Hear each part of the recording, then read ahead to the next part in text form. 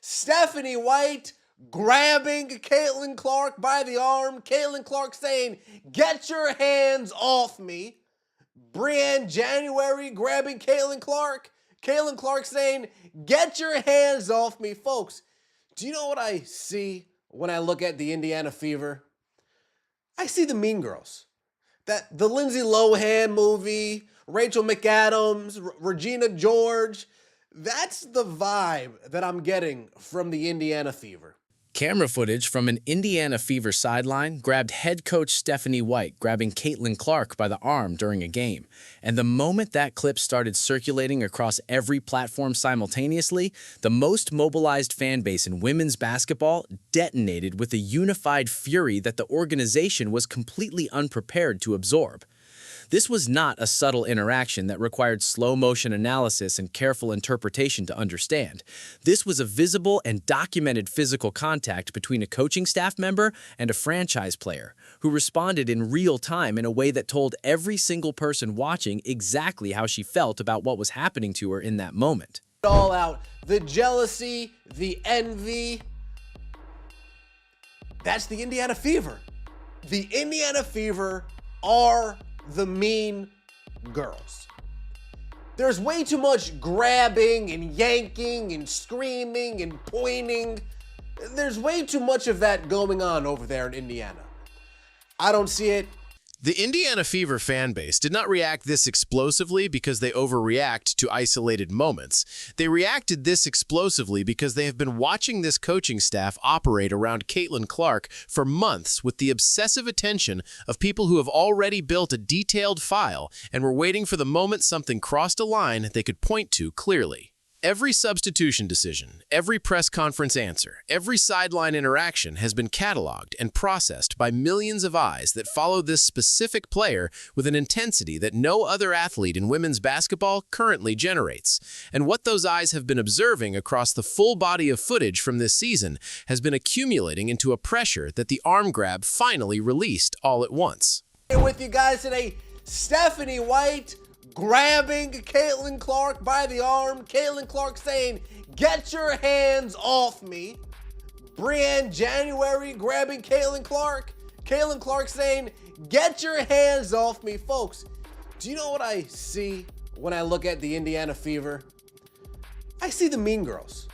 The Lindsay Lohan movie, Rachel McAdams, Regina George. The question that every fan watching that clip immediately asked was not simply about the physical interaction itself, but about what that interaction reveals concerning the internal culture that has been allowed to develop inside the Indiana Fever program around the most marketable and most watched player the WNBA has ever had.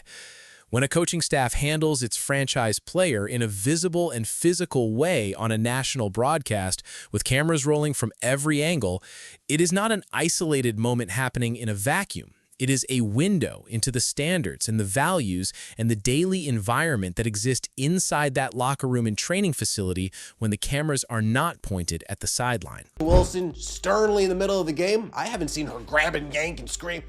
He's like, "Come here, let me talk to you." But the Indiana Fever, they need to make it a show. They need to put on a production.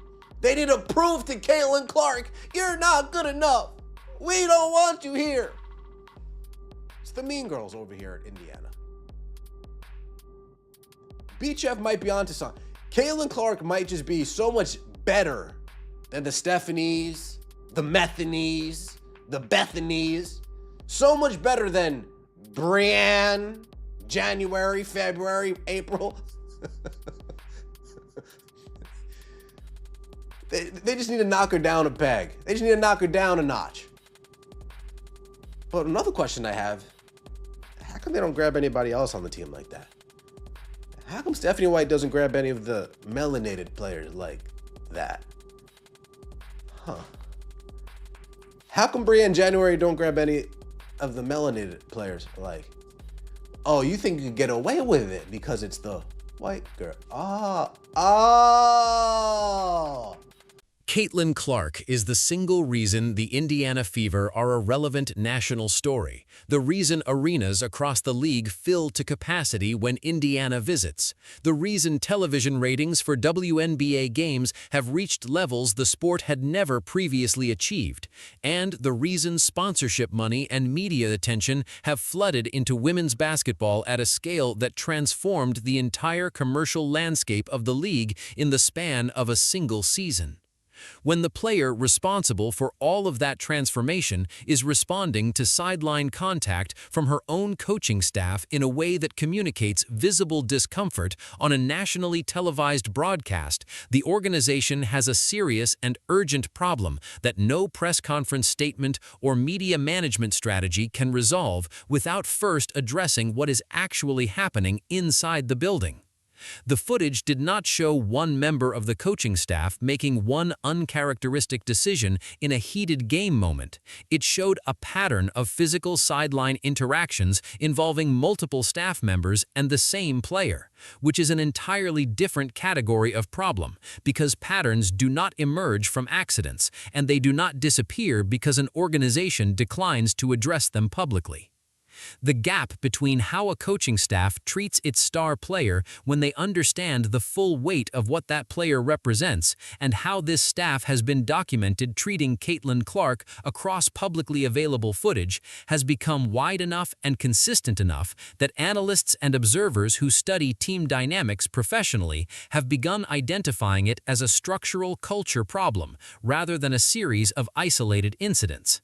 Look around the rest of the WNBA and find another coaching staff whose interactions with their franchise player have generated this volume of documented concern, because the contrast between how other organizations manage their stars in high-pressure sideline moments and what has been captured repeatedly in Indiana is not a subtle difference of style, but a stark and glaring divergence in standards. The standard that most organizations hold themselves to in how coaches physically and verbally engage with players during games reflects the degree to which those organizations understand what they have and how irreplaceable the trust of a star player actually is once it is damaged. And the Indiana Fever's public record on this standard is not a record that the front office should be comfortable defending at this point in the season. The most electric and transformative player this league has produced in a generation deserves to compete inside a program where the culture matches the talent, where the daily environment reflects genuine respect for what she brings to every game, every broadcast, and every arena she walks into, and where the coaching staff's conduct in visible public moments reflects the understanding that their behavior is always being watched and always being evaluated. Whether or not the Indiana Fever front office has been paying close enough attention to the footage their own games have been generating, the fan base has absolutely been paying attention, and the accountability conversation that footage has now forced into the public is not going to quiet down simply because the organization would prefer to manage it internally and move on. The pattern of selective treatment being identified by outside observers raises a question that the Indiana Fever organization is going to have to answer with something more substantive than silence, because the observation that this specific player appears to be on the receiving end of interactions that her teammates are not receiving is not going away and is not getting quieter the longer it is ignored. If physical sideline confrontations were simply part of how this coaching staff communicates intensity and urgency with all of its players equally in high-pressure game moments, that would be one uncomfortable conversation about coaching philosophy and professional conduct standards. But a pattern of selective treatment directed at one specific player is a fundamentally different and far more serious institutional problem. Culture inside a sports organization is always built from the top down and always filters onto the floor in the most pressure-filled moments of competition, which means what fans are watching on that sideline is not a series of individual choices made in heat-of-the-moment situations, but a direct reflection of the standards that leadership has established and permitted inside the program behind closed doors. When those standards produce sideline footage that the entire fan base of the most watched player in the league watches in unified disbelief and anger, the organization is not facing a perception problem that better communication can fix. It is facing a real structural problem that requires genuine acknowledgement, genuine accountability, and genuine change from the people at the very top of the decision-making chain. The Indiana Fever are at a crossroads that every person with authority inside that organization needs to understand with absolute clarity, because Caitlin Clark did not simply change the fortunes of one franchise when she arrived. She changed the entire conversation around women's basketball and elevated the commercial and cultural relevance of the WNBA to a level that required years of sustained effort from everyone in the sport to approach.